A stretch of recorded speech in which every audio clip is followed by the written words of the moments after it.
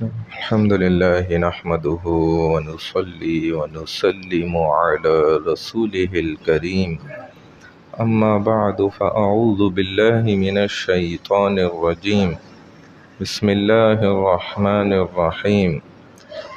اعتکاف کے مسائل کا ذکر چل رہا ہے۔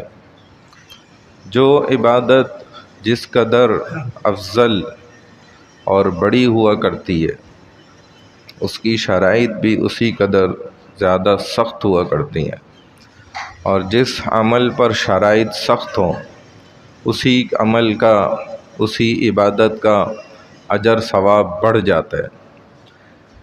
اور یہ ہمارے عوام کی دلیل پیش کرنا، اجی مجھے تو پتہ ہی کوئی نہیں تھا، تبھی تو مجھ سے یہ غلطی ہو گئی، تو ٹھیک ہے کوئی بات نہیں، اللہ قبول فرمانے والے ہیں، لہذا کوئی مسئلے کی بات نہیں۔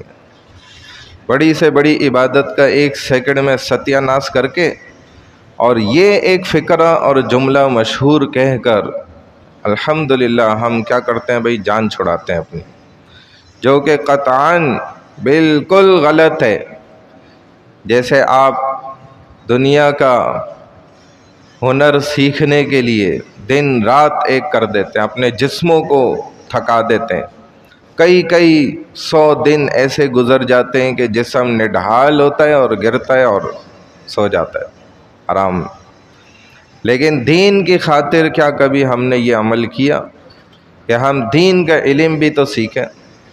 تو اعتکاف کا بھی عبادت ایسی زبردست ہے کہ بھائی اس میں بھی اگر غلطی کرے گا، جان بوجھ کر کرے یا غلطی سے خطا کرے تو لیکن اعتکاف ٹوٹ جائے گا۔ اسی لیے اس میں بھی بڑی احتیاط کی ضرورت ہے۔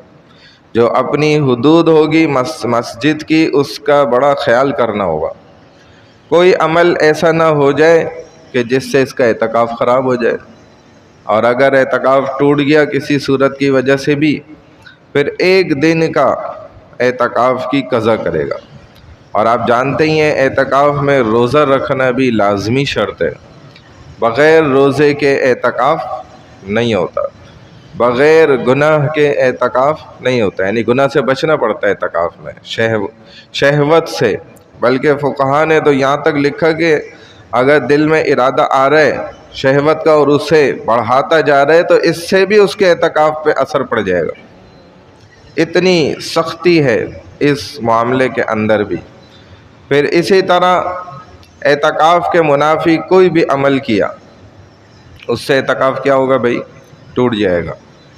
لیکن جو انسان کی ضرورت حاجہ ہے اس کے لیے تو حدود سے باہر نکلے گا وقتی طور پہ، جیسے وضو خانے میں جانا ہے، وضو کرنا ہے، خدا نخواستہ احتلام ہو گیا، غسل فرض ہو گیا، تو اب جو ہے غسل خانے میں گیا ہے تو یہ مسجد سے باہر کی جگہ، لیکن اپنے عمل کو پورا تیزی سے کرے گا اور واپس لوٹے گا، اور اعتکاف کے مسائل کو اچھی طرح سیکھ کر پھر اس پر عمل کرے گا۔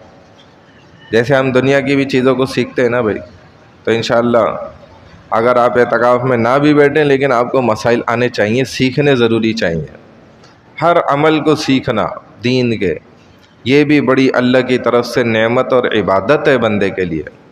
اللہ ہم سب کو عمل کی توفیق عطا فرمائے۔ سبحان اللہ و بحمدہ، سبحانک اللہم و بحمدک، نشہد ان لا الہ الا انت، نستغفرک و نتوب الیک، برحمتک یا ارحم الراحمین۔